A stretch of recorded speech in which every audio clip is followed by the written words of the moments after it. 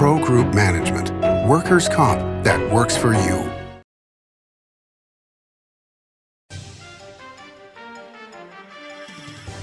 Welcome to Nevada Newsmakers. On the broadcast today, State Senator James Settlemeyer joins us with some thoughts on the governor's State of the State. He's here for the whole show on an all-new Nevada Newsmakers. Hello, is this D&D Roofing? Yes, it is. How may I help you? You did such a great job on my roof. May I speak to the owner? I am an owner. Oh, can I speak to your supervisor? Sure. How may I help you? I love your work. May I speak to the owner? I am an owner. We're all owners. Well, that's why at D&D we work so hard to keep your home safe and sound. Oh, no wonder. D&D Roofing and Sheet Metal. Local, employee-owned, here for you. Like a traditional handmade basket, retail is woven into the fabric of life in Nevada. From big box to mom and pop, retail supports our communities in countless ways. Jobs for the disabled, team uniforms for kids, help for the elderly, and so much more. Retail employs over 1 in 10 workers. Retail supports Nevada, and we support retail. RANNV.org. Pro Group Management offers workers' comp services to a growing number of industries. As businesses grow and change with the times, the need for a solid workers' comp program must be flexible and up to date. The evolving nature of regulations can make staying ahead of complex tasks challenging. But Pro Group Management simplifies the work so your industry can move forward and succeed. Pro Group Management. Workers' comp that works for you. Truck drivers are some of the hardest working people you'll meet, delivering over 70% of America's freight and 92% of Nevada's. When there's a natural disaster, they're delivering critical supplies to help those communities recover and rebuild. Every sector of the economy and our nation's military rely on truck drivers. So let's take a moment to say thank you. On the open road or city streets, our truck drivers are rolling to make our economy and our nation stronger. Trucking moves America forward. Nevada Newsmakers Studio is located at the headquarters of the Nevada Trucking Association. Motion and purpose are a truck's greatest virtue. This is Nevada Newsmakers with host Sam Shad, a no-holds-barred political forum. Now, from the Nevada Newsmakers broadcast headquarters, here is Sam Shad. And back on Nevada Newsmakers, we're always pleased to welcome back to the program James Settlemeyer. He is a Republican Senate Minority Leader for District 17. Pleasure to have you back on the program, sir. Pleasure to be back on, Sam. The governor gave an off-year State of the State address. The last time that happened was when Jim Gibbons did that during the middle of the Great Recession. At Allegiant Stadium, it was empty. What were your thoughts on it? I know that you did issue the rebuttal to his comments, but you know, I wanted to give you an opportunity to have a wider audience for that. I appreciate that. To me, the first thing that came off was the concept of doing it at Allegiant Stadium. It's unheard of. It's unprecedented.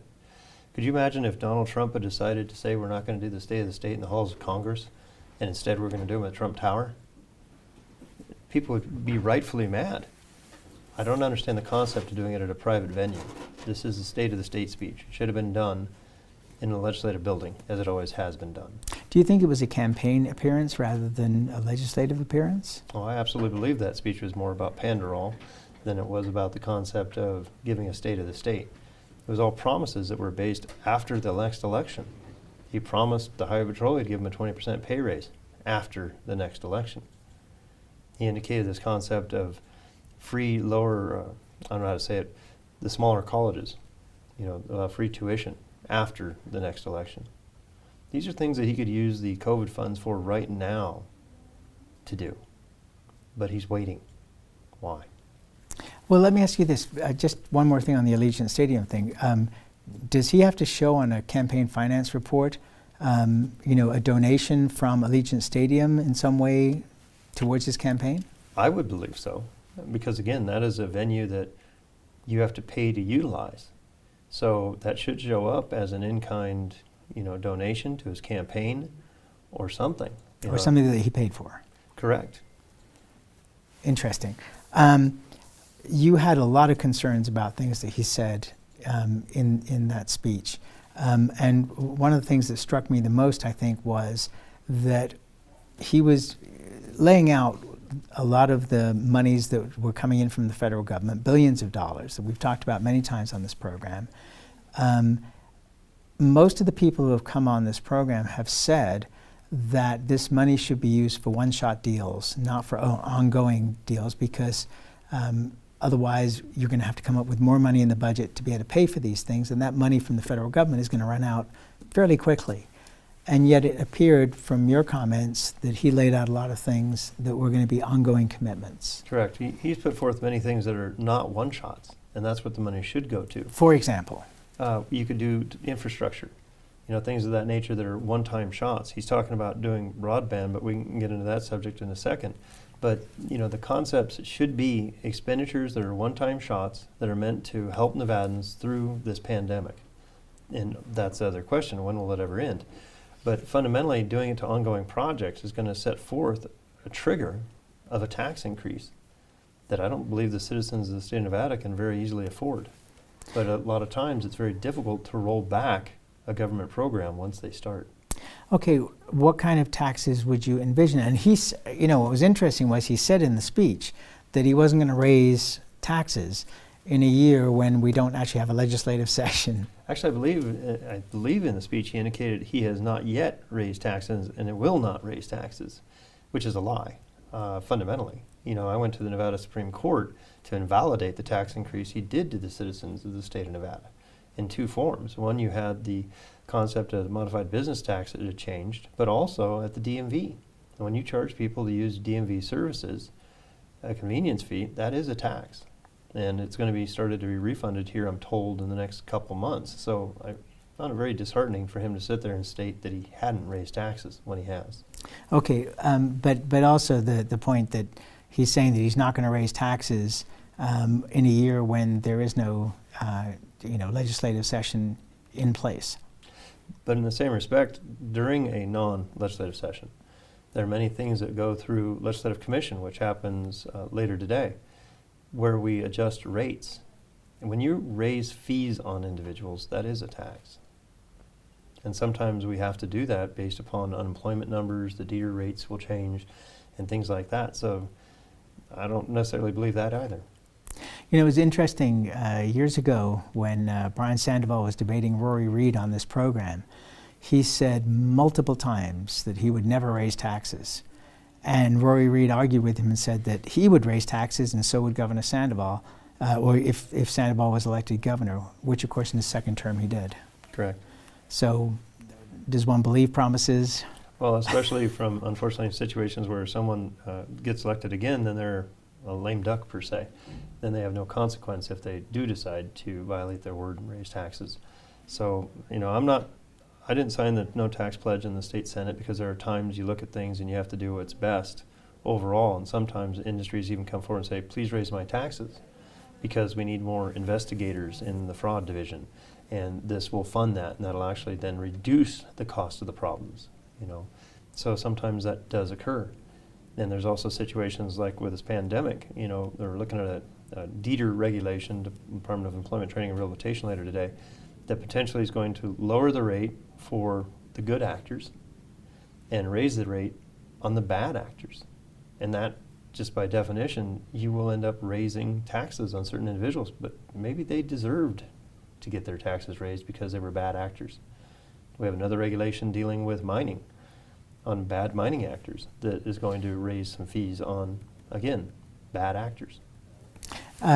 Speaking of mining, mining came to the table during the last legislative session and put up a considerable amount of money to go towards the state for education. At the same time, the Secretary of State has said that the two petitions to raise taxes that the Clark County Education Association put on the ballot were going to remain on the ballot. How do you feel about that? Well, the concept, I don't understand how the two are related. Mining industry deciding to come forward and actually increase by 100% their rate of taxation was so that the state of Nevada had more resources. Somehow through that, the gaming industry got to get the ballot initiatives taken off, was the deal. That seems interesting to me. I still have not necessarily got my hands around the full, what's the correlation there? Why does one industry stepping forward mean another one is off the hook? So that's interesting. I think the citizens, though, once you turn in a ballot, a recall or anything, once it's turned over to the Secretary of State's office, I don't believe it's the power anymore of the group that put it forward. Once those signatures are verified, I think it kind of becomes the property of the state of Nevada, and it's kind of on auto course. It has to go through it. All right, so what do you envision happening if those remain on the ballot? Do you think that there's any doubt that those two initiatives would pass? I don't know. You look at both of them. The citizens of the state of Nevada are fickle at times. I'm always surprised what they decide to vote for or who they decide to vote for at times. So it'll be up to the citizens of the state of Nevada to decide whether or not they want to raise taxes in the middle of a pandemic or whether or not they choose not to. Do you consider we're still in the middle of the pandemic? Myself, no. I think it's more like an endemic. I question that it ever ends. I think it's become a business. It's become an industry for the state government to get money, mine money from the federal government. I think that's very problematic. You have some states that are doing that. Other states have ended their emergency. We no longer have a mask mandate. There's no protocols anymore as far as what's going on. So why haven't we ended the state of emergency in the state of Nevada? Why are we still operating under a situation where the governor is given almost unrestrained executive powers? Okay, so why do you think that is?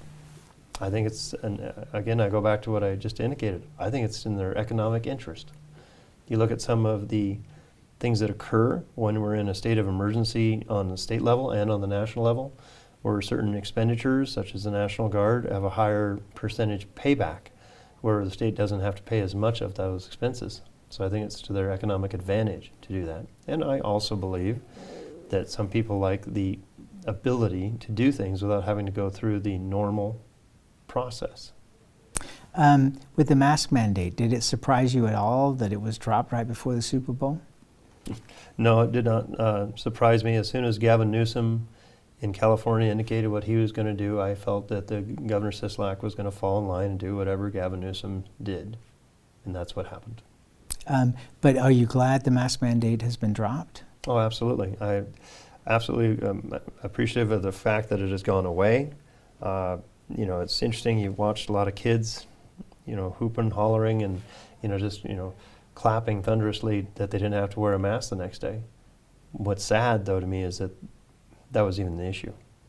The emergency powers, is there anything that you as a legislator can do to get the governor to rescind these powers, or is it totally in his hands? Sure.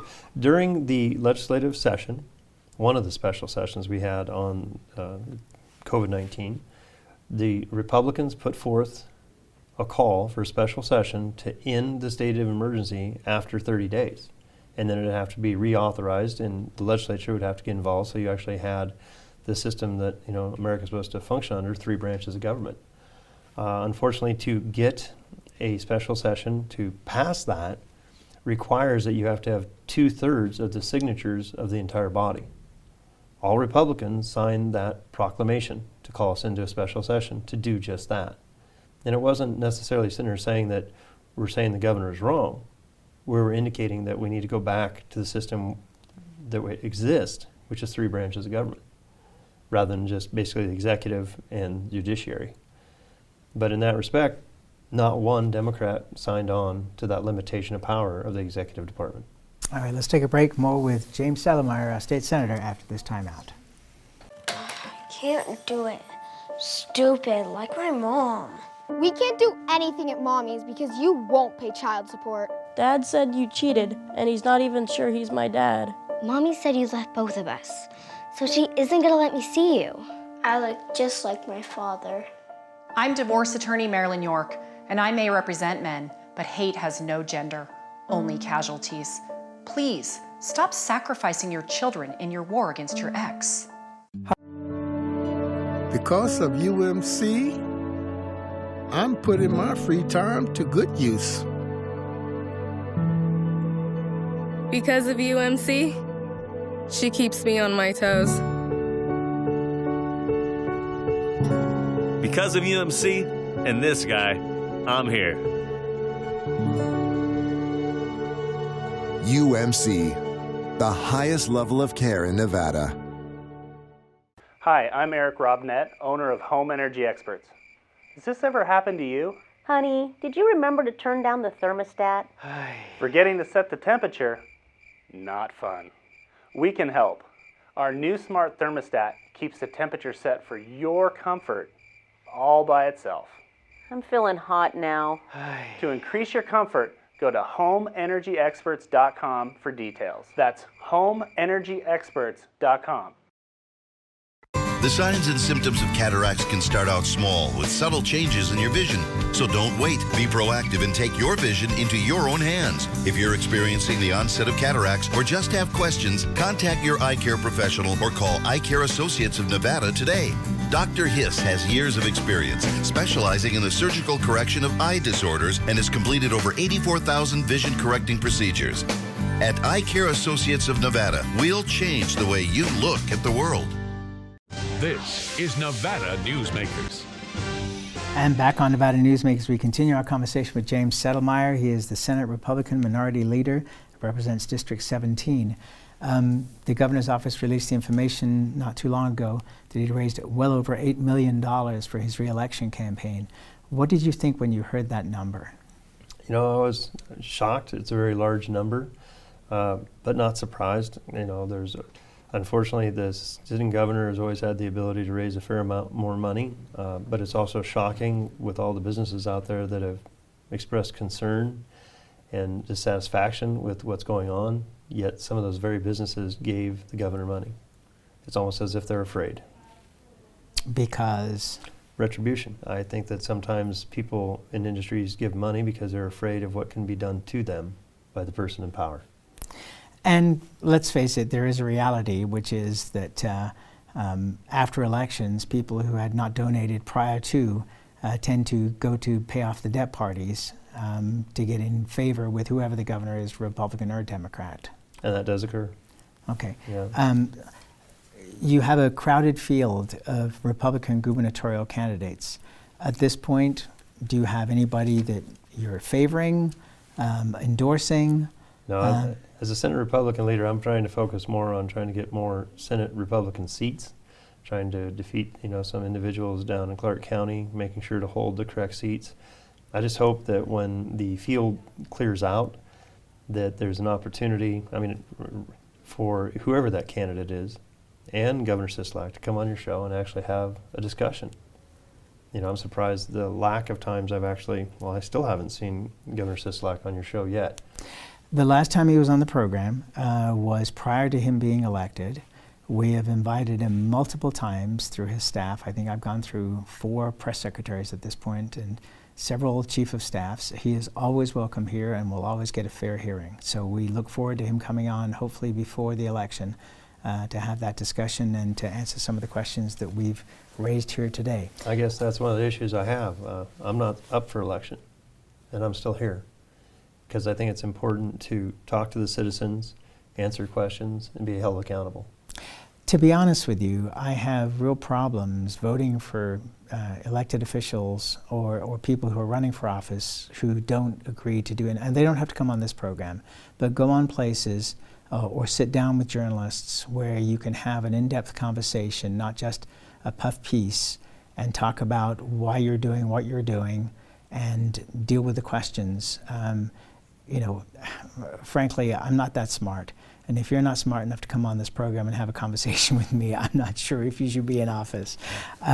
But this is a friendly place for everybody, Republican, Democrat, Independent. They're all welcome here, and that includes Governor Sisolak. But I will also point out that Governor Sandoval, in his second term, didn't do very much in terms of media either. He kind of resorted to what he had done when he was Attorney General and ducked the media, and he hasn't done a whole lot of media as the president of UNR either. In that respect, there are often times, sadly, that people take a more hands-off approach when they get into their second term, and I think that's dangerous. The government still needs to be looked at. It still needs to be tampered with, tinkered with, made sure to be answerable to the citizens of the state of Nevada. And oftentimes governors in their second terms, sadly, don't watch over the government as much as they used to. And that's problematic, especially if in your first term you didn't really watch over them to begin with. All right, let's take another break. More with State Senator James Settlemeyer after this time out. Dimitri Prine here for Design Outdoor. Come visit Design Outdoor's store and backyard to see our wide selection of fire pits, barbecues, and pizza ovens, natural stone water features and fountains, and frost-proof pottery. Our store and backyard are located at 11600 South Virginia, just north of DeMonte Ranch Parkway. Visit designoutdoor.com or call us at 851-9499. Can't do it. Stupid, like my mom. We can't do anything at Mommy's because you won't pay child support. Dad said you cheated, and he's not even sure he's my dad. Mommy said you left both of us, so she isn't gonna let me see you. I look just like my father. I'm divorce attorney Marilyn York, and I may represent men, but hate has no gender, only casualties. Please, stop sacrificing your children in your war against your ex. Hi, I'm Dave Newman. Remember me? I used to be the house detective, and now I'm a realtor, full-time at RE/MAX Realty Affiliates. A lot of people ask me, how's the market? You know what? It's fantastic. If you're even kicking around the idea of buying or selling, give me a call. Let's talk about it. Call me at RE/MAX Realty Affiliates and just ask for the guy who used to be the house detective, Dave Newman. Everyone is talking about opioids, but they're not the only drugs that can be harmful if taken in large quantities or not as prescribed. You also need to be aware of side effects from anxiety drugs, muscle relaxants, sleep aids, and stimulants. Mixing prescription drugs with other drugs or alcohol can be dangerous. If you take Ambien with a glass of wine, it may be enough to stop you from breathing. Prescribed drugs can be just as dangerous as illegal drugs. Take medications only as directed. This is Nevada Newsmakers. And back on Nevada Newsmakers, we continue our conversation with James Settlemeyer. He is the Republican Senate Minority Leader, represents District 17. Are you getting the sense that we're going to see a repeat of 2014 in the state of Nevada with a red wave? You know, the indicators are there. Unfortunately, the economy is sadly in the tank. You know, we're seeing inflation. I consider it to be at double digits. People that sit there and try to tell me it's not, I don't think are paying attention in the stores. Because you look at the price of things, it's terrible. And unfortunately, with what's going on in the Ukraine and even Russia, you know, their interest rates have gone from 10 to 20 overnight. I just don't see how the nation doesn't get involved in that. You're looking at $5 gasoline, they're claiming. So unfortunately, the economy is not going to improve, and that is an indication of who is in charge. So do I believe that that's going to trickle down to the state of Nevada? Yeah, absolutely. I do believe that there's a interesting, sad dynamic where Republicans are going to gain seats. How many? I'm not sure. I also believe in 2014 that there wasn't anything really exciting for the majority Democrat Party on the ballot. You have to go back to that time frame. Remember, the highest vote getter at their gubernatorial primary back in 2014 was none of the above. Right. Literally, none of the above got more votes. So walking into that general election, there wasn't a lot of angst against Governor Sandoval at the time, and so a lot of people within the Democrat Party didn't show up. I believe that there's going to be a higher turnout than that in this next general election from the Democratic Party, because Catherine Cortez Masto is on the ballot, and I believe that that will encourage that party to turn out. To what extent, I don't know. But also, just because people turn out, Nevada has a pretty good history of not voting 100% based upon registration. People will turn out and vote for who they think is the best candidate, or sometimes they'll vote against who they think is the worst candidate. So I guess we'll just have to wait and see, but I do expect it to have the opportunity for Republicans to gain more seats than they have now. It's interesting as you talk about the economy.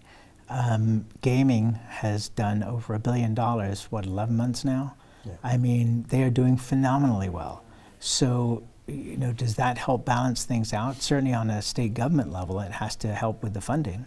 It helps out with the state budget in the respect that gaming is up, but there are other sectors that are, you know, a little bit more down. You look at our hospitals, a third of them are operating at a 1% margin or in the red. So that then tends to affect the quality of health care that's out there. So there are some industries that are doing better, and there are several industries that are doing worse. But fundamentally, the citizens are the real question. And what I look at is people, even though they've seen higher wages than they've ever had, because again, good luck trying to find somebody to work for you. Right. Especially at the wages from a year ago. Therefore, you have to increase their wages. But they're finding out that that dollar's not going as far at the store or anywhere else. And isn't that the great economics lesson, which is you raise the wages and then the price of goods goes up because corporations are not going to absorb that cost without raising their cost of product. Correct. And that's the reality, is that businesses don't pay taxes. Citizens pay taxes. Nevadans pay those taxes. So if you want to raise taxes on a particular industry, don't be surprised when those costs of those goods or services go up to pay that cost. And that's where we have to leave it. Always a pleasure to have you on the program, sir. Thank you. Thank you, Sam. Always appreciate you being here. And we'll be right back. Brian Culpa Photography was born in the rolling hills of Massachusetts, and now he can help you experience the stunning beauty of Nevada in a whole new way through the power of flight. Flying has always been a passion for Brian, and at Brian Culpa Photography, he can make your imagination soar. Brian has the creative mind and tools to tell your unique story. Experience the bird's eye view at brianculpaphotography.com. Hi, my name's Marilyn Miner, and I'm sure you'd agree that Nevada's a very special place to live. I was born here, and my husband and I have raised our family here. I feel it's a privilege to live and work in the Truckee Meadows. I especially enjoy helping my clients reach their real estate goals. Sometimes the smallest details provide the greatest satisfaction. I'd be complimented to talk to you about your next move. Call Marilyn Miner at Dixon Realty, 742-1280, or log on to marilynminer.com. Safety. We all think about it. You think about it when he buckles in, when you check your mirrors and put away your phone. RTC thinks about safety too. In fact, we create it. Center turn lanes mean fewer blind spots. Bike lanes keep cyclists and you safe. Roundabouts reduce injury collisions, and all these crosswalks are designed to keep families like yours safe. Safety is your priority, and it's ours too. Every day, in everything we do. Pro Group Management specializes in providing industries with the necessary components to satisfy and exceed workers' comp requirements. Every business has unique needs and specific regulations. Pro Group Management stays ahead of the curve, providing up-to-date services to keep your industry in top form. Discover how we simplify your tasks, improve efficiency, and reduce expense to keep you moving in a positive direction. Pro Group Management. Workers' comp that works for you. As always, you can watch Nevada Newsmakers 24 hours a day at nevadanewsmakers.com. You can also check our archive going back to 2005 on our website. Again, nevadanewsmakers.com. We'll see you on the next show.